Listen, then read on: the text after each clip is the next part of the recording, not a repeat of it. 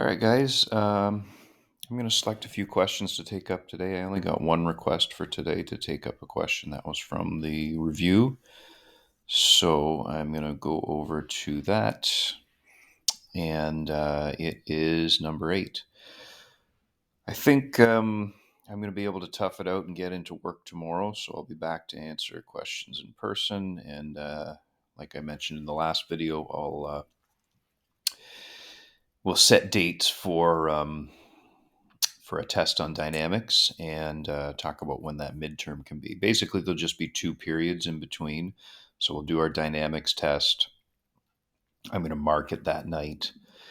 And then you're going to get 2 just review periods where I will post the solutions to your old tests. That'll include motion graphs, linear kinematics, 2-dimensional kinematics, and then your upcoming test on dynamics so that you guys can study from that. You should have already made what corrections that you can, found your mistakes from your other tests, but I will post solutions in case you haven't done that. So it'll be a pretty quick turnaround between dynamics test and midterm exam. That's all I'm saying. All right, so the only question I got asked to do was number 8 from the review that I had posted on Monday. So I'm going to do that one. I'm going to select a universal gravitation question to do off that sheet that I posted on Tuesday. And then I'm going to do a tension problem, the next tension problems where they had 3 things attached together just because, well, they're interesting problems. And I don't mind giving away that I usually do have one tension problem like that on your test. So, okay, let's get going here. Number 8, 2 children pull a toy truck, a mass 2.4 kilograms. Along a horizontal surface, one child pulls with a force of 8.4 newtons north and one with 3.6 newtons south. The coefficient of friction is 0.18. How does the object move? Well, that's right off the bat, that's a weird way to word that question. You can tell I didn't make this one up. How does it move? It's going to be what is its acceleration? What is its acceleration is what we're going to calculate, all right? So just to draw you a little diagram over here, we're just going to say forward is north and backward is south. So I'm going to say, okay, so we got 8.4 newtons this way, and we've got 3.6 newtons that way. If you wanted to make it up and down, that's fine, but this makes more sense with the way that we solve dynamics problems. And then you're going to have gravity as usual. It's 2.4 kilograms. And you're going to have the normal force equal to that. So there's one thing that we're missing, which is the force of friction. Now, the reason that I put friction this way is because if the object is going to accelerate, it can only accelerate to the right because that's where the greater applied force is. If one person pulls on one thing, pulls one way harder than the other, that's the only way it can accelerate. There's no chance friction is going to be with the 8.4. So that's what we're going to be working with. I'm going to solve for the force of gravity right on the diagram. It's 2.4 kilograms times 9.81 newtons per kilogram. And I am not prepared. Oh, I do have a calculator.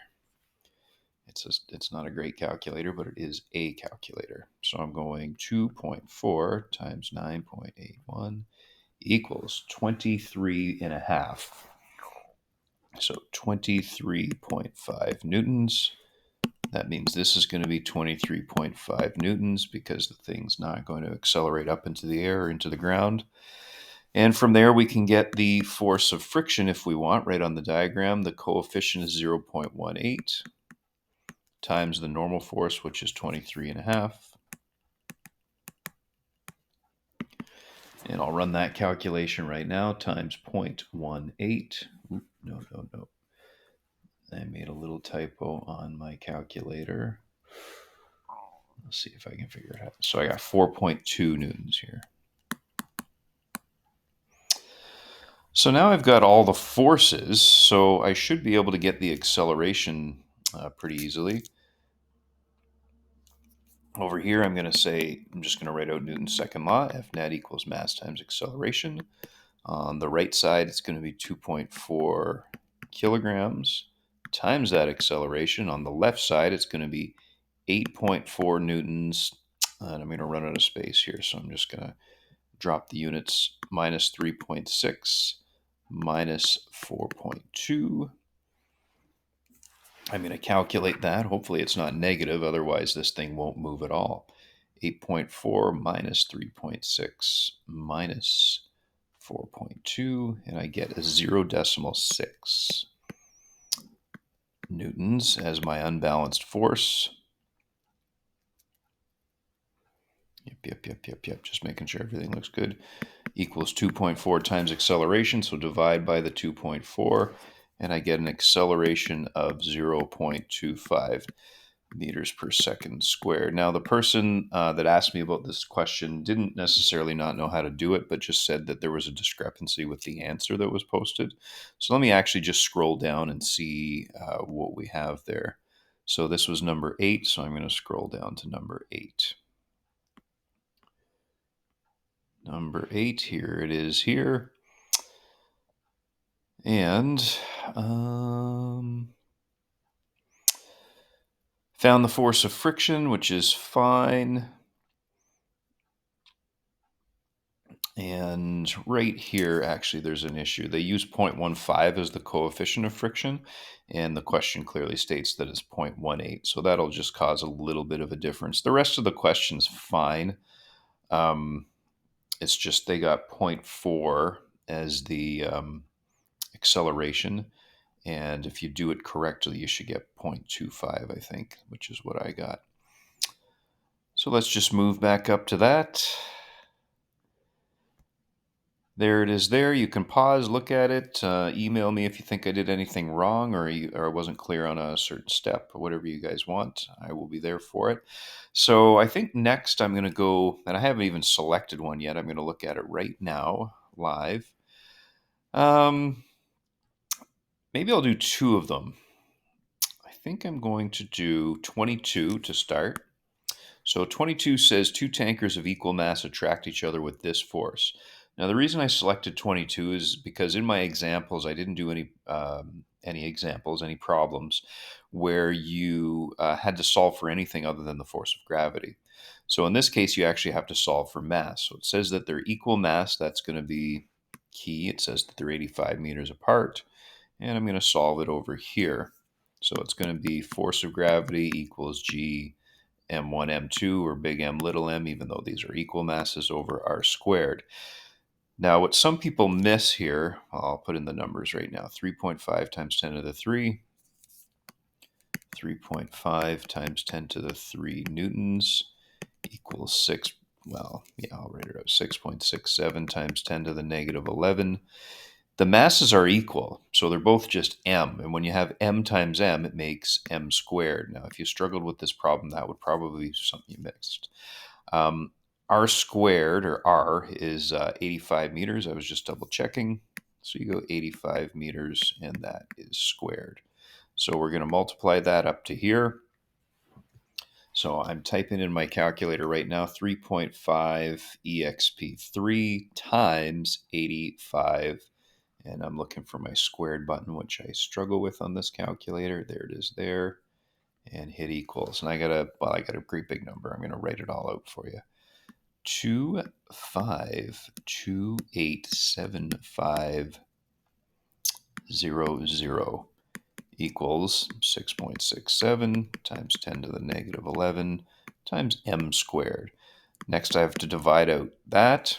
So I'm going to go divided by 6.67 exp negative 11.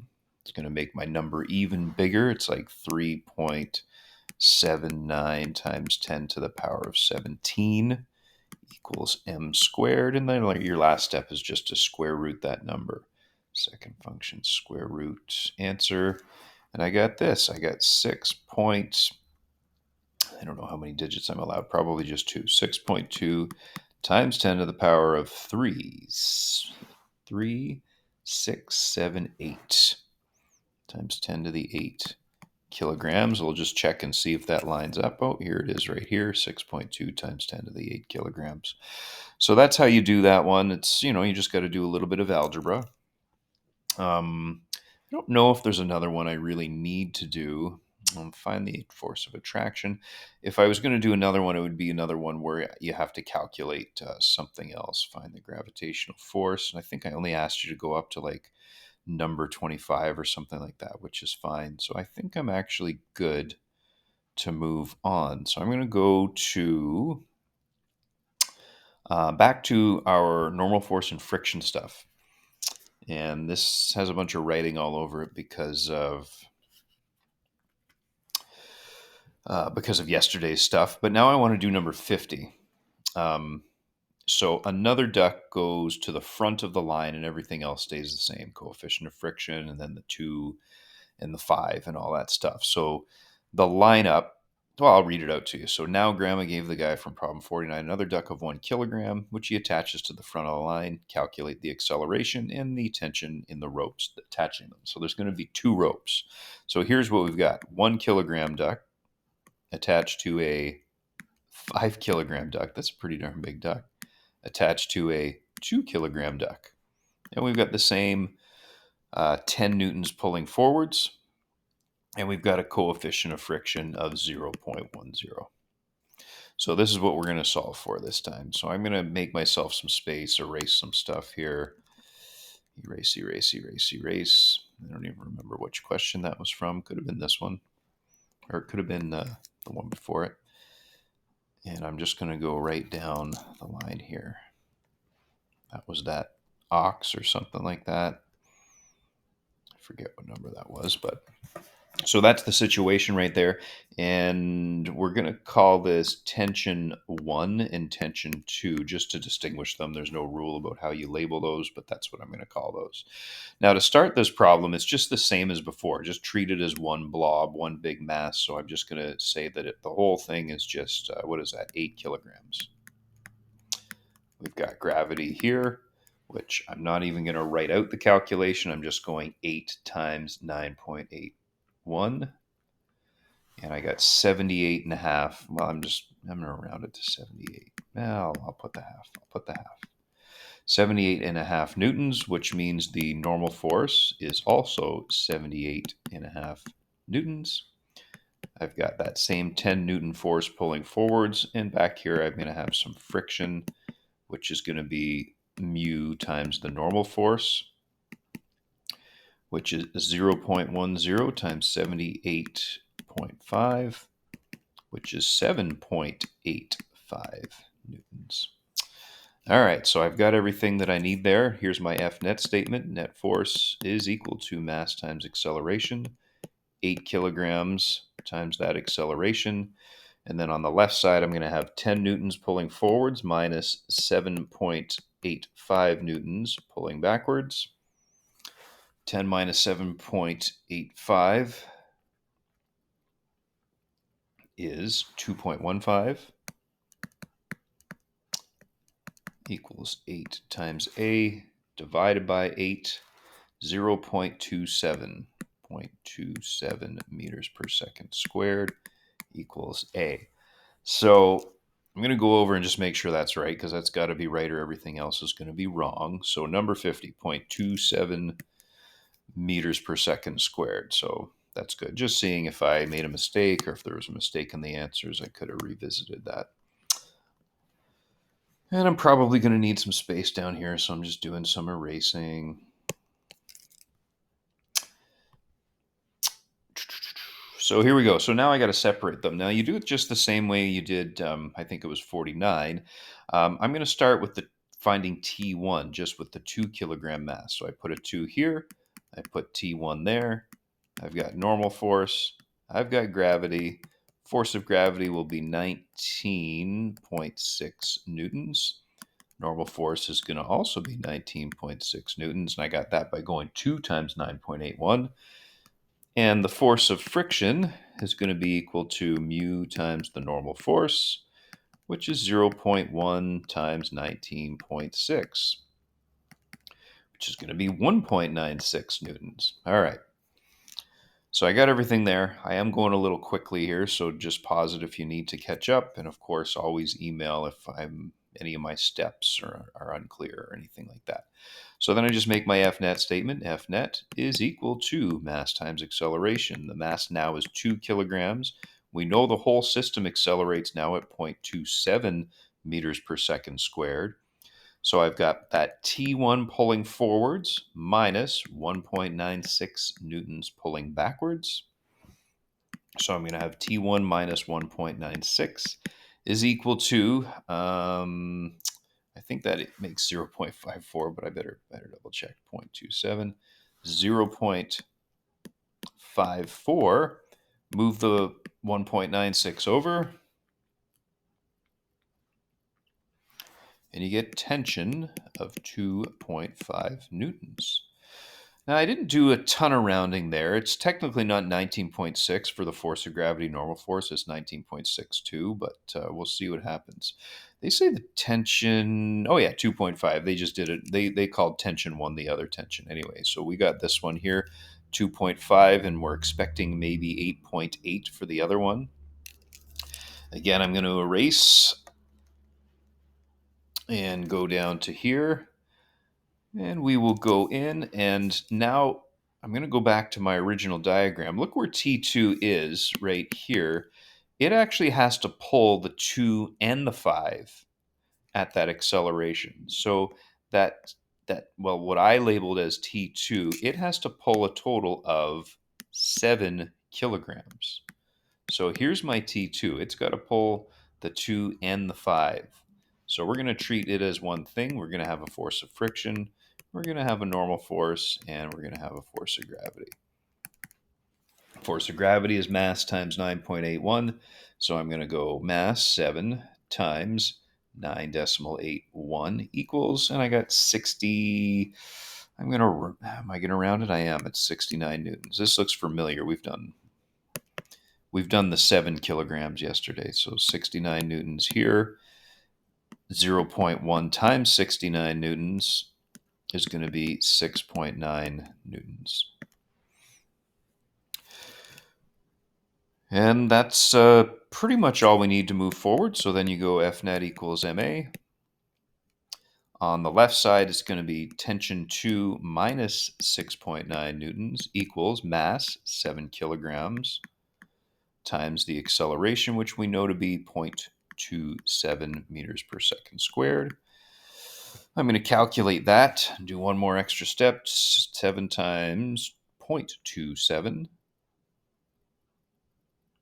That is the acceleration, right? Yeah. 1.89. And over here, I've got T2 minus 6.9. Move that 6.9 over and add it. 6.9 equals 8.8. Tension 2 equals 8.8 newtons. And I believe that's the answer. Double check. There it is there. And I wouldn't have you do it with any more than that, I don't think. I mean, that's the way you do it, though. I mean, if I said that there was, 10 ducks and they were all a couple of kilograms each, you just got to know where to separate it and how much mass each string or whatever is pulling it with. But I usually just stick to the 3 bodies just to not confuse you. But you really should be able to do it with any number of things as long as you can add up the masses. There's no more work really, even if I put a whole bunch of things together. Unless I asked you for the tension in all the strings, right? Then you'd be doing that many calculations. So anyway, that's the way that that's done. This video is a lot shorter than the other one. I can still make another video today if you guys get to class and run into problems. If you email me with a question you want taken up, I can throw together another 20-minute video taking up whatever you want me to take up. Like I said, if I get just a little tiny bit more improvement here today, I'll be back at work tomorrow, and we'll set a date for the test and the exam. Probably we'll definitely try and get them both done next week. So without talking to you guys, I'm thinking that the tests will be Tuesday, Friday of next week, but there might even be a PD day next week. So I don't even know if that'll work. But Ideally, I'd get them both done next week, but I don't know if that's realistic. Definitely, we'll get the dynamics test done next week. It's just a matter of can I get the midterm exam done next week?